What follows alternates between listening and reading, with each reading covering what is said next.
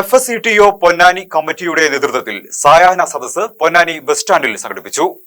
കേരളത്തിന്റെ ധനസ്ഥിതിയെ തെറ്റായി വ്യാഖ്യാനിച്ച് ക്ഷേമ പ്രവർത്തനങ്ങളിൽ നിന്നും പുറകോട്ട് പോവുകയും പൊതുമേഖലയെ സംരക്ഷിക്കാതെ സ്വകാര്യ മേഖലയ്ക്ക് കേരളത്തിന്റെ സമ്പദ്ഘടന തീരെഴുതാൻ വേണ്ടി നയസമീപനങ്ങൾ എടുക്കുകയും അതിനായി ധവളപത്രം എന്ന പേരിൽ പുസ്തകം ഇറക്കുകയും ചെയ്യുന്ന കേരള സർക്കാരിന്റെ പരിപാടികൾ പൊതുജനങ്ങളുമായി സംവദിക്കുന്നതിന് വേണ്ടി അധ്യാപകരുടെയും ജീവനക്കാരുടെയും സംഘടനയായ FSCTO പൊന്നാനി കമ്മിറ്റിയുടെ നേതൃത്വത്തിൽ സായാഹ്ന സദസ്സ് പൊന്നാനി ബസ് സ്റ്റാൻഡിൽ സംഘടിപ്പിച്ചു.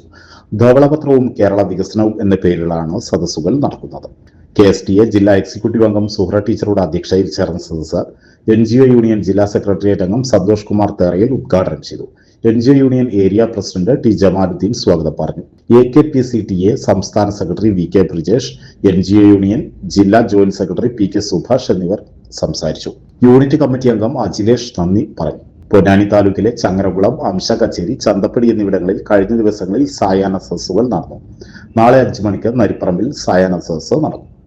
സംസ്ഥാന ഗവൺമെന്റുകളെ വരിഞ്ഞു മുറക്കുന്ന, കാരണം സംസ്ഥാന ഗവൺമെന്റുകൾക്ക് വരുമാനം കുറവാണെങ്കിൽ അവർക്ക് കടമെടുക്കാനുള്ള, കേന്ദ്ര ഗവൺമെന്റിനെ പോലെ തന്നെ കടമെടുക്കാനുള്ള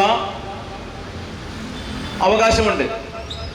ആ അവകാശം കുറയ്ക്കുന്ന തരത്തിൽ ധന ഉത്തരവാദിത്വ നിയമം എന്ന് പറഞ്ഞുകൊണ്ട് ഓരോ സംസ്ഥാനവും എടുക്കുന്ന കടം പരിമിതപ്പെടുത്തുന്നതിന് വേണ്ടി ധന ഉത്തരവാദിത്വം പാസ്സാക്കിയുള്ള ഒരു രാജ്യമാണ് നമ്മുടേത്.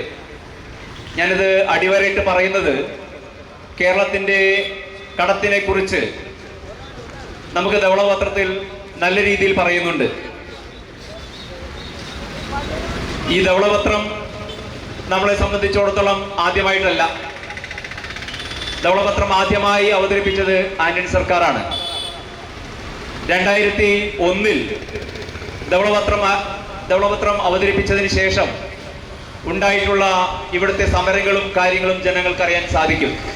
ഓരോ വിവാഹവും സ്വപ്ന സാക്ഷാത്കാരങ്ങളാണ്. മറ്റു ചിലത് കവിത പോലെ ഹൃദയം, ചില ഉറച്ച നിലപാടുകളുള്ള ചേർത്തുപിടിക്കലുകൾ, കടലോളം ഇഷ്ടം കാത്തുവച്ച പ്രണയ സാഫല്യങ്ങൾ. അങ്ങനെ അവളുടെ സ്വപ്നങ്ങളെ, നിലപാടുകളെ, അതിരുകളില്ലാത്ത ഇഷ്ടങ്ങളെ ഉൾക്കൊണ്ട് അവൾക്കൊപ്പം നിന്ന ഫാമിലിയുടെ സ്വപ്നം കൂടിയാണ് ഈ നിമിഷം യാഥാർത്ഥ്യമാവുന്നത്.